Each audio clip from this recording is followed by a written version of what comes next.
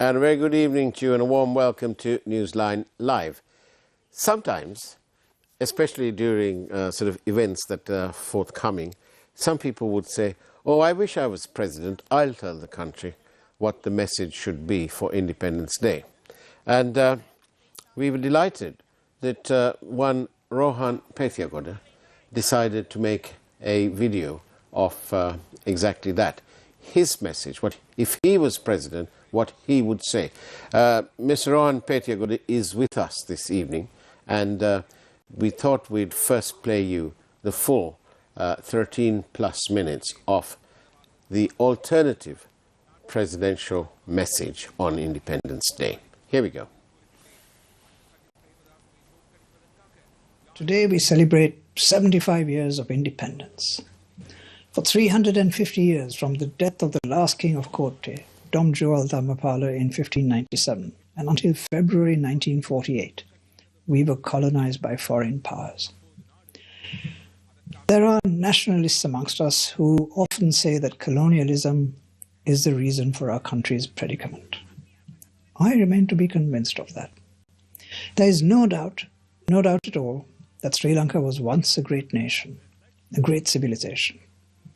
Until the end of the Polonnaruwa period, about 800 years ago, Sri Lanka was a small but prosperous country, a powerhouse of agriculture, architecture, engineering, innovation, and additionally blessed with a culture that was deeply rooted in Buddhist tradition. We were the Singapore of South Asia back then. But then our civilization collapsed. This is no great shame. After all, great civilizations must one day decline. Just look at the Greek, the Roman, and the Islamic civilizations, for example. By the time the Portuguese took over, our island was fragmented into 4 warring kingdoms. It was a right royal mess. Meanwhile, on the other side of the Pork Strait, India had reached the apex of its flourishing. By 1600, India was producing 22.5% of global GDP, despite a minute population by today's standards, and compared with just 9% of global GDP today. There's almost no evidence of a similar flourishing in Sri Lanka at that time. When the colonials got here, we were at our weakest, our most vulnerable. We were ripe for the picking. So it's about time we stopped harping on about what a great and noble past we used to have. It doesn't matter anymore. We need to live in the present. There are some people who argue that colonialism was a good thing. I disagree. Like slavery, colonialism is always bad. But we have to face the fact that by the end of the colonial period, by 1948, Ceylon was the most prosperous country in Asia, definitely in South Asia. We had a thriving export-orientated economy. We had a manageable population of just 7 million people. We had a superb infrastructure of roads, railways, ports, and airports. We had a 16-year history of universal franchise, of democracy, an independent judiciary, an excellent civil service, a secular constitution, free education, and even a positive balance of payments. Britain actually owed us money back then. But we had our weaknesses too. An unsustainable rate of population growth. Population has tripled in the past 75 years. And there was also a lack of industrialization. Our political leaders, our early prime ministers, were drawn from the highest echelons of society. They came from affluent families and had excellent educational backgrounds. After all, 4 of the first 5 attended St. Thomas's College, which was my old school as well. All of them had since 1931 been groomed for leadership by the British through the mechanism of the State Council. And then, in 1948, they finally got their hands on power. The absolute power that comes with sovereignty. And all of them, at least in my opinion, were absolute, abject failures. And it took them just 10 years, a single decade, in which to reduce it all to rubble. From the very outset, political parties had to outbid each other in order to get votes. If you didn't offer a generous welfare package, free education, free health, free rice, free electricity, free stuff, and all this spiced with a pinch of anti-Tamil bigotry and class warfare, you simply couldn't get elected. People also demanded to work less and less, 21 paid holidays every year, 84 days of maternity leave, more than 25 paid public holidays. In short, lots of free stuff and as little actual work as could possibly be managed. And once you got that free education, the government had to even create a free job for you in the state sector and pay you a pensionable salary to retain your political loyalty. Every election was reduced to an auction of votes, and the votes went to whichever party made the highest bid. And to give you more stuff, diao, our poor politicians had no alternative but to borrow more. Where else is the money to come from? As a result, there has been no year in the past 40 years in which government debt has been less than 70% of GDP. Right now, it's well over 100% of GDP. We borrow more than we produce. In fact, I think the last time in our history that we had a primary fiscal surplus was in 1955, the year I was born, 67 years ago. Few indicators say it better than the exchange rate. In 1948, the cost of a US dollar was just 3 rupees and 32 cents. Today, as you know, it's more than 370 rupees. A devaluation of, listen carefully, 11,000%. We politicians learned very early on that when it comes to subsidies, to giving you free stuff, we can't mess with you. We can't mess with the electorate. We learned that even though we are stupid and ignorant, you are even more stupid and ignorant. The inability of the UNP government to continue the wartime rice subsidy in 1952, for example, precipitated the Great Hartal, evicting Dudley Senanayake from the Prime Minister's job and bringing the government to its knees. Anxious to get back into favour with the electorate, in February 1956, Dudley's successor, Sir John, promised to make Sinhala the sole official language. SWRD Bandaranaike followed suit, and for his bad luck, the poor chap won the election that year. The Official Language Act was signed into law just 3 months later. It was very simple. Here's what it says. The Sinhala language shall be the one official language of Ceylon.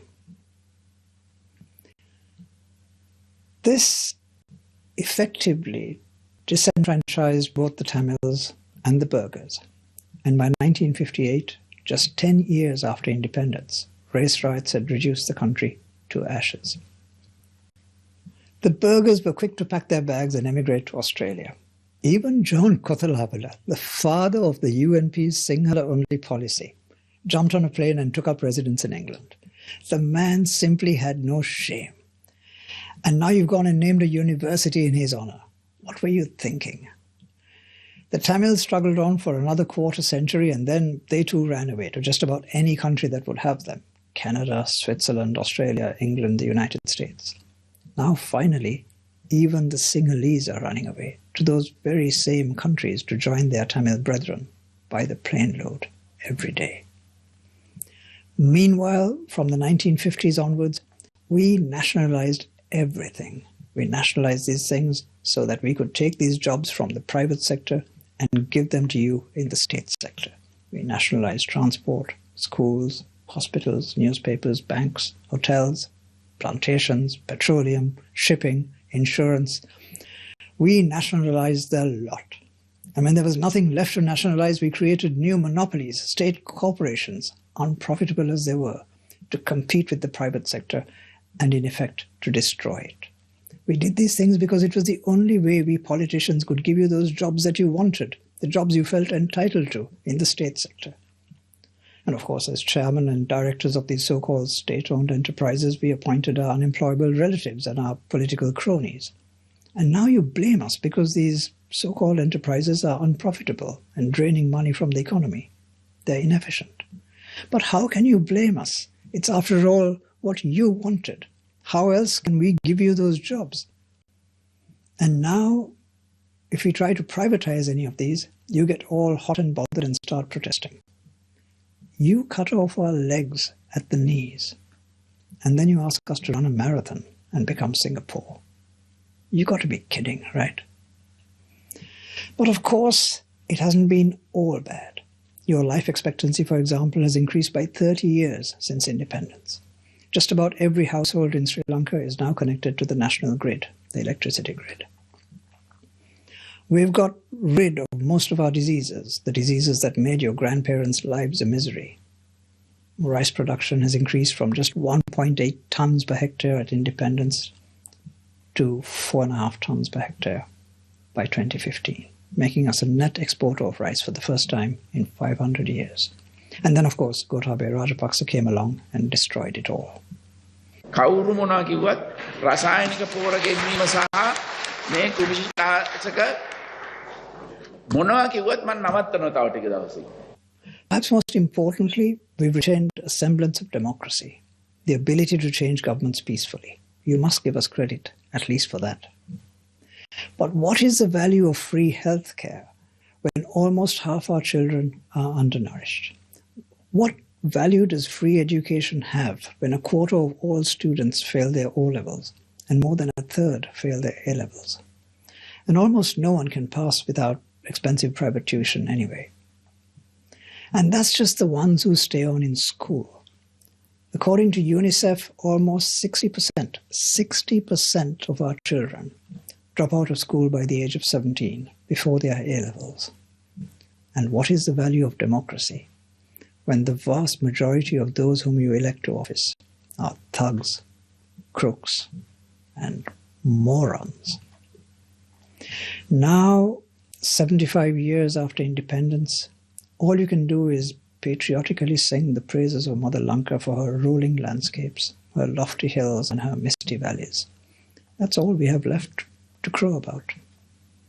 Having started at the top of the Asian rankings in 1948, we've been overtaken by one country after another. Of course, you can curse us politicians for the mess in which the country finds itself. But when it comes to looking for whom to blame, isn't it time that you looked in the mirror? Maybe you need to point the finger also at yourself. Sri Lanka's predicament is not the fault of its politicians alone. It is also your fault. For once in your life, learn to take some damned responsibility. Ayubowan. Well, that's what I would say if I had to address the country as president.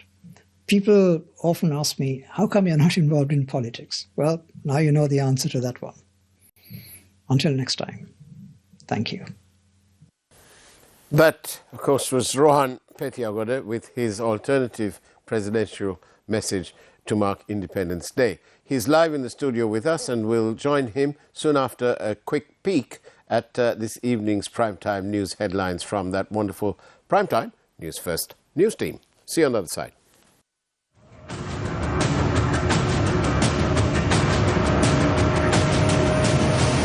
News First, Newsline with Faraz Shaukat. News First headlines. Main sponsor. Durden's Hospital, dedicated to you.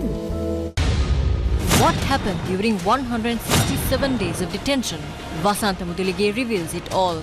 පාලු ගංගායින්ට අරගෙන ගිහිල්ලා රෙද්දකින් ඔතලා මාංචු දාලා ආයුධ ටික වටේටම දාලා ඉවර වෙලා දුරකථන හැමතුම් ලබා ගන්නවා ඒ ගිය ආරක්ෂක නිලධාරියා. Police approached Attorney General to file an appeal regarding Vasantha Mudalige's case. CEB gives an assurance to the Supreme Court on power cuts. Mahanayaka Theros tells President not to implement the 13th Amendment in full.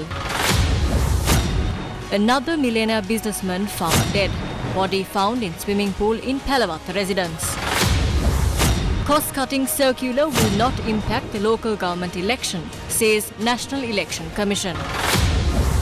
Paris Club to give Sri Lanka financing assurances amid IMF debt talks. The depression over the southwest Bay of Bengal has entered Sri Lanka. News First headlines. Main sponsor. Durden's Hospital, dedicated to you. Experience the best in healthcare at Durden's Hospital's new Alfred Place wing. We continue to evolve into a purpose-built hospital of the future, with an ambience built to deliver world-class care. Durden's Hospital, dedicated to you. Experience the best in healthcare at Durden's Hospital's new Alfred Place wing. We continue to evolve into a purpose-built hospital of the future, with an ambience built to deliver world-class care. Durden's Hospital, dedicated to you.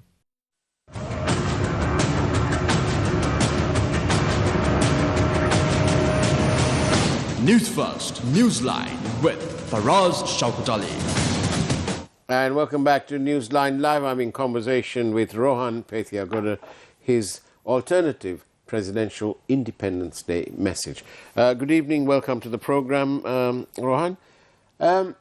Okay, so we heard your alternative message, and we heard about all the morons and us having to take responsibility and so on. Yes, okay, fine. But what would you do if you were the president? And what would you do with this, let's say, 200 million that was spent or is being or about to be spent on the celebrations? What would you do with that money? That's a good question for us. The thing is, we've got conflicting needs at the moment, but we need to see this in context. So if for a moment I can put the government hat on and see why we should have this ceremony the way the government's plan to have it. There are good reasons for that as well. We have to be fair. First off, look at how much the defense sector spends every year. This year's budget is about 600 billion rupees for defense. Just divide that 600 billion by 365 and then you get defense spending per day. Divide that by 24 and you get defense spending an hour. You can do this at home. And then you see that every hour of every day this year, Sri Lanka will be spending 68 million rupees per hour on defense. So the 200 million we're going to be spending on this ceremony on the 4th is basically 3 hours defense spending. We're spending that regardless, whether we like it or not. That money will be spent because that's the cost of running the establishment. And that's something we've all subscribed to. Number one. So let's not see this outside that context. Yeah. Number two, I think we have to be conscious of the fact that there is a symbolic relevance to this ceremony. This is the occasion on which the armed forces pledge to protect us, the people, against dangers that might face us. It's a hugely moving moment in the calendar, the 4th of February, because that is the day on which they make that pledge. And it's a day on which, on behalf of all of us, citizens of Sri Lanka, our president stands there and salutes them and thanks them for their service, for their sacrifice. And we know in the past 2 decades, there's been massive sacrifice. The other thing that I think you need to recognize is that there are 350,000 members of the armed forces, the police, and so on. And there is maybe 25% of our population that has a child, a brother, a sister, a close friend relative in the army or the other forces. And this is a very proud day for them. I've served with these people up in the 1980s, during the early days of the war. And I know how important it is for them to feel that the country recognizes their service, their sacrifice. So I would look at it from both points of view. I wouldn't just say, because we don't approve of the president, maybe, and I certainly don't approve of him, I wouldn't say that it's wrong to have this ceremony on the 4th of April. I would take another view. What about the fact that you could easily have done this, especially because of the challenging times, economically speaking, that our country is going through? Why couldn't they have just taken some footage, which they have on, army.lk and all that sort of thing, and have it online? They could have done it online. They could have put together a package, edited it, and the president could have given his salute from, the confines of the presidential palace, for which we're paying anyway. Why couldn't we have done that? Or, if you're talking about protecting us from danger, the biggest danger, with all due respect, whatever that respect is, the biggest danger this country and its people have faced are from those so-called politicians who've mismanaged our economy, not just yesterday, day before, in the last Rajapaksas, but, from the year dot, 1948. It's 75 years. We still don't have enough food. We're not self-sufficient in anything. Nothing. Absolutely nothing. We're only self-sufficient in giving away to these corrupt politicians who steal from us at every possible juncture. I agree with you about most of that. However, I think the symbolism associated with the 4th of February, with independence, is very strong. Remember, we were a colony for 350 years, from 1697 to 1948. 1597 to 1948. And the freedom that we got, the independence that we got, is actually an illusion if we don't recognize it and teach our children to recognize it, just like we sing the national anthem. What we raise the symbolism, Mr. Pethiyagoda, what symbolism? What is the symbolism that we are talking about or pretending to sort of have? When it is the symbolism are these children who are fainting because they can't even just about perhaps now get one meal a day.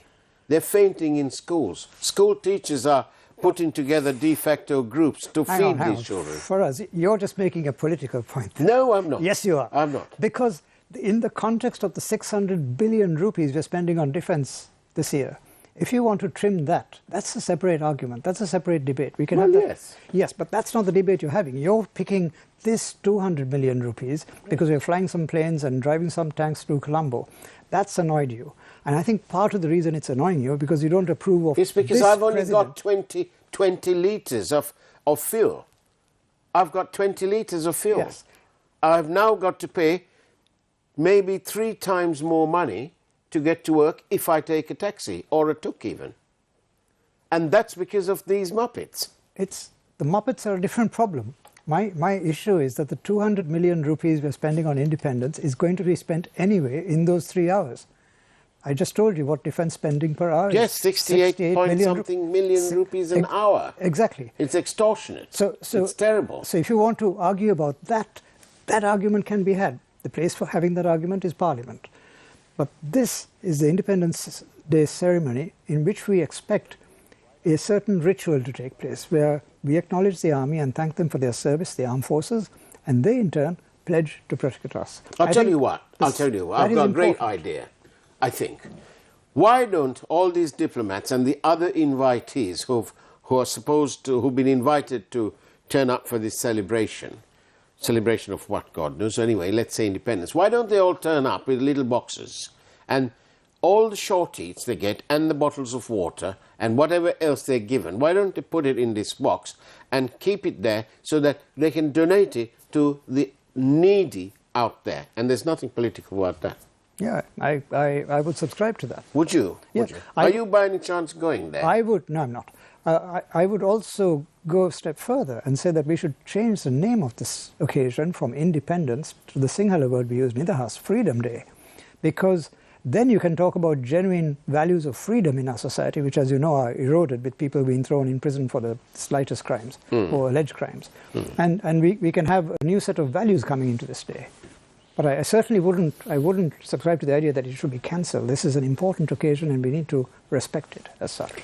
The messages I'm getting, and thank you very much for those messages, are mainly saying, asking what is the symbolism that Mr. Pethiyagoda is referring to when, as somebody here says, when the majority of the people are starving and having one meal a day.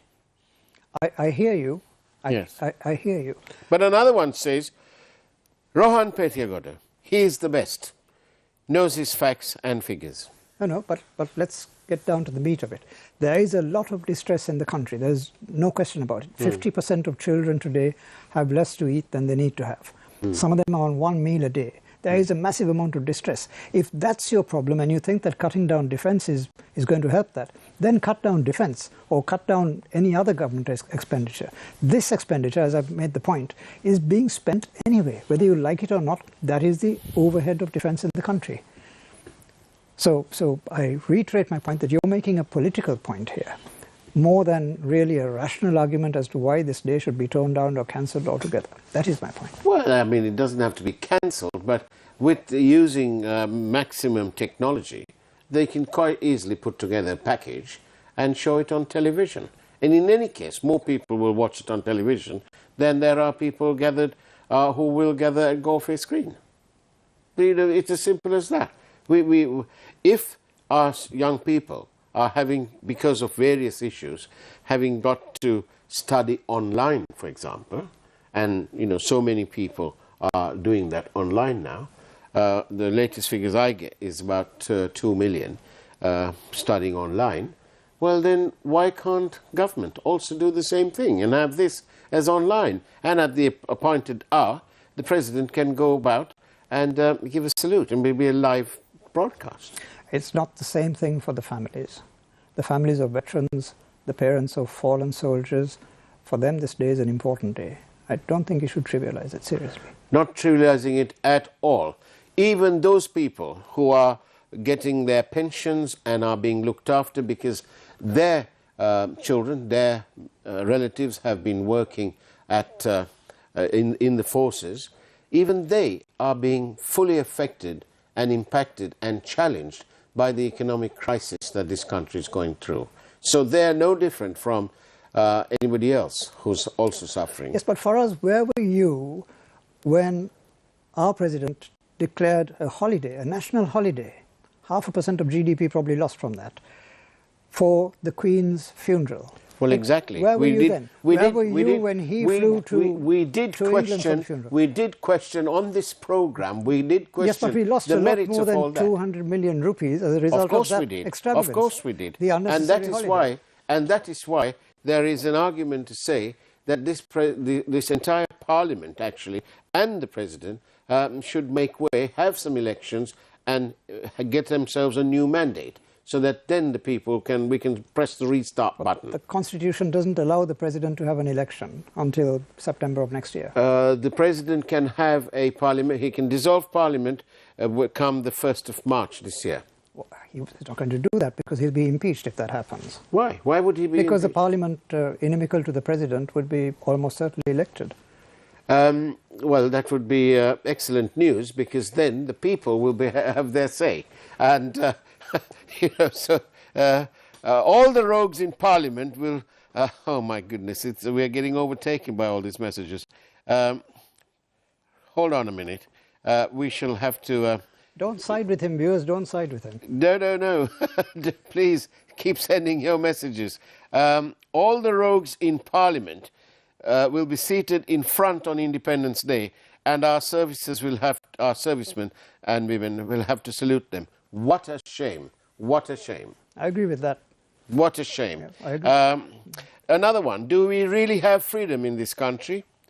The president can call the armed forces to parade before him in front of his so-called palace. He can spend most of the money to feed the people. Another one says money is the root of all evil. But this has got, as you can see, it is finance that is affecting the people and the lack of it. I hear that. Yeah, and that is what is coming to fore here. Yeah.